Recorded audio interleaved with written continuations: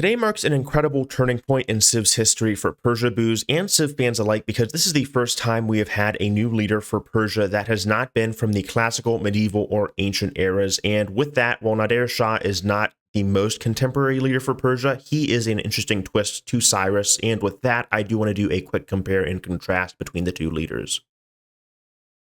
While Cyrus was not released with the initial Civ 6 base game, he was released in a quick follow-up pack for Persia and Macedon, and he was known right from the start for his incredible Blitzkrieg-style rush, where once you hit the classical era with the Immortals, he was nigh unstoppable because of his unique ability where he has additional movement speed once he declares a surprise war, and while the ability is still fairly simple to this day, it is quite powerful. His unique ability, Fall of Babylon, made waves when he first came out with Alexander, and it grants +2 movement for all units in the next 10 turns after declaring a surprise war, and surprise wars count as formal wars for the purposes of warmongering, which functions very, very well with war weariness in general.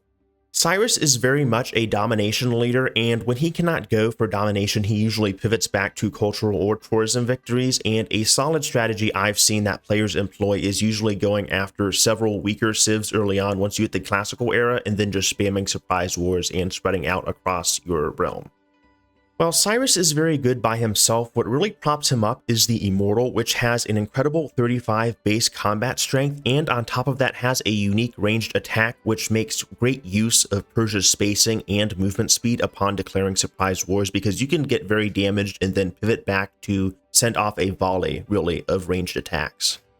What really puts Cyrus above and beyond many of the other domination leaders is the timing, because Cyrus's unique ability combos very well with Persia's unique ability, and that is that it treats roads such as ancient roads as a step above what they normally are. So perhaps a medieval road would be treated as a Renaissance road, or an industrial road would be treated as a contemporary road. So it is incredibly relevant, I would say, for you to have a rush in the classical era and then combo that with the additional movement speeds that Immortals have. And then you're talking about a movement speed of 5 to 6 tiles, which is incredible for the classical era. And you can get this off as soon as you declare a surprise war for a whopping 10 turns. And that is incredible in of itself. With the addition of Rise and Fall, Cyrus saw an additional buff to loyalty, wherein if you station a garrison unit in a city's center, it will receive +5 loyalty, which is nothing to scoff at, as it is very good for offsetting forward settling and other aggressive gameplay strategies that would normally net you a very hostile response from other Civ leaders that, if you're not Cyrus, you really cannot tank or avoid without too big of a penalty. Lastly, the Paradisa is a great addition to Persia's kit because it provides culture and gold at a time in the ancient or classical era when these resources are not so readily available. For example, the monument is going to be your preeminent production or producer of culture, and it not only takes a lot of time to get that up and running for newer cities, but also the Paradisa only requires 1 build charge, and culture is very easy to theme, I guess you could say, with the different districts that you need to build it by with Theater Square.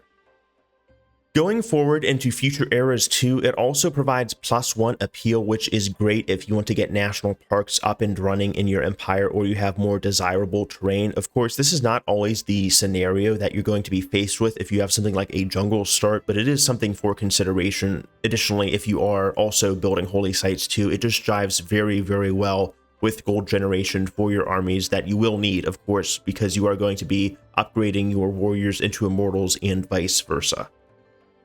It seems to me that Nader Shah has a very similar strategy to Cyrus, where you will conquer many cities in the classical and even medieval eras with your abilities and bonuses to combat strength, but I think it's also a good case for him being more of a defensive civ once you get down to the industrial and later eras, because you're going to be focusing on those domestic trade routes, and this is going to encourage you to not only be a more internal player, but perhaps a more isolationist player once you've conquered your first few civilizations. Then you have time to turtle up and start stacking Paradisas and really fortifying your defenses as your immortals kind of wear out and upgrade to crossbowmen or any of the other knights, basically. So that is something for consideration, and I think there is a point to be made too for continuing your conquests.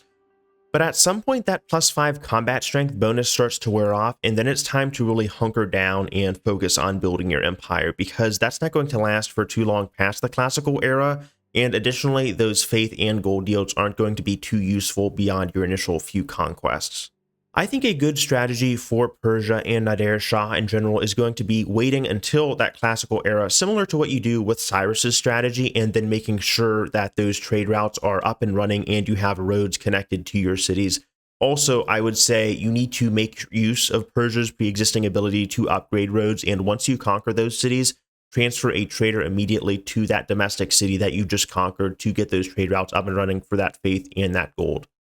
Do keep in mind that you will not be getting that bonus for domestic trade routes from cities that you found yourself, so it might be a good idea to start your rampage early on in the ancient era, and then you get an early pantheon on top of that if you manage to get a few warriors and focus down, maybe instead of getting that first scout, to find your nearest civilization and start bashing its head in, to be blunt.